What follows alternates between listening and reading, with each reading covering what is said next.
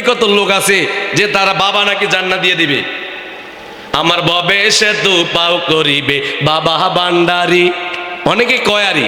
সিন্ধু পার করাবে বাবা ভান্ডারি, আমার ভব সিন্ধু পার করাবে বাবা ভান্ডারি। আমার মুর্শিদ বিনে কেউ দিবে না জান্নাতের তরি, চার চার মুর্শিদ বিনে কেউ দিবে না জান্নাতের তরি। রসুল বলতে আছেন, কোরআন বলতে আছেন যে কাল কিয়ামতের দিন নবী রাসূলরা ইব্রাহিম আলাইহিস সালাম, ইসমাইল আলাইহিস সালাম, ঈসা আলাইহিস সালাম প্রায় সোয়া লক্ষ নবী রাসূল আম্বিয়াগণেরা ইয়া নাফসি করবে হাসরের ময়দানে, কেউ কোনো কথা বলবে না। ওই জায়গায় অনেক আমার মুসলমান ভাইরা বলে তারা বিভিন্ন তরিকতের মানুষ নাকি তাদেরকে জান্নাত পার করবে, নাউজুবিল্লাহ। এসব কথা শিরকি কথা। আমাদের সমাজে এরকম কথা অনেক চলতে আছে, অনেকেই বিশ্বাস করি। এইসব জিনিস যদি আপনি বিশ্বাস করেন আপনার ঈমান চলে যাবে। যে জায়গায় নবী রাসূলরা ইয়া নাফসি করবে, আল্লাহর কাঠগড়ে কেউ কথা বলবে না, ওই দিনকে আপনার মতো মৌলবী, আপনার মতো মানুষ, আপনার মতো নামাজি কিভাবে আপনাকে সহযোগিতা করবে?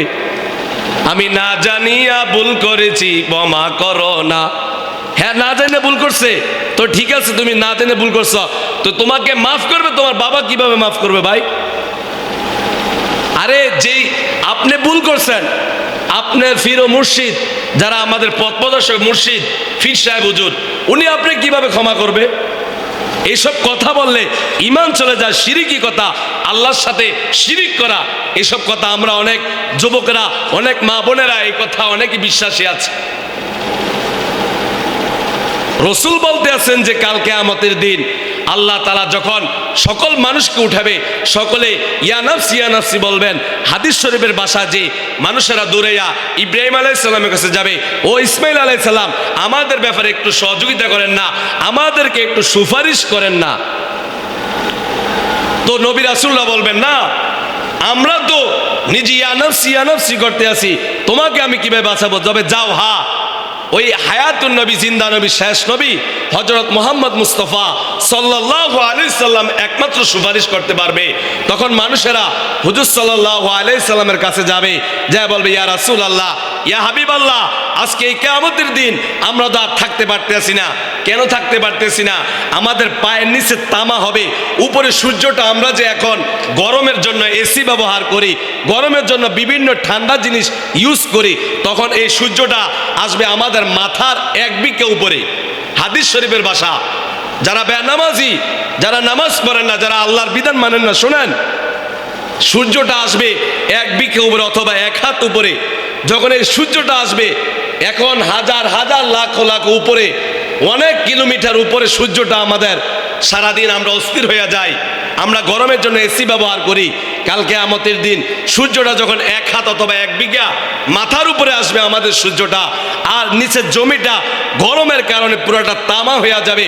তামা এমন একটা জিনিস যে তামা গরম হইলে পুরোটা গরম হয়ে যায়, পুরো জমিনটা গরম হয়ে যাবে। সূর্যটা আমাদের মাথার উপরে আসবে, আসার পরে আমরা হাউমাউ করব। হাদিস শরীফের ভাষা, আমাদের মাথার মজকগুলা বাতের, ওই যে বাত হইলে টকমক করে যে উতরা, এরকম ভাবে আমাদের মজকগুলা এরকম উতরেতে থাকবে, আর আমরা হাউমাউ করে বলবো, ও রসুল আমাদেরকে একটু সহযোগিতা করেন না। তখন আল্লাহ রাসূল বলেন যে আমি সেজদা দিয়ে থাকবো আল্লাহর দরবারে, আমি মাথা উঠাবো না। আল্লাহ বলবেন, ও ইয়া রাসূলুল্লাহ, ইয়া হাবিবাল্লাহ, ও আমার বন্ধু, আপনি কি হয়েছে? সারা বছর মক্কা মদিনা আপনি কষ্ট করলেন, তায়েফের ময়দানে মানুষ আপনাকে রক্ত জড়াইলো, এই দিনের দাওয়াত দেওয়ার জন্য আপনাকে কাফের মুশরিকরা অনেক অত্যাচার করছে। আজকে আপনি কিয়ামতের দিনও আপনি কান্নাকাটি করতে আছেন, আমি আল্লাহ এটা সহ্য করব না, আপনি উঠান, মাথাটা উঠান। ও নবী, আপনি কি চান বলেন না? তো নবী বলবেন, ও আমার আল্লাহ, আমার উম্মতেরা গুনার কারণে তারা যে জাহান্নামে যাব, আমি তো এটা সহ্য করতে পারবো না।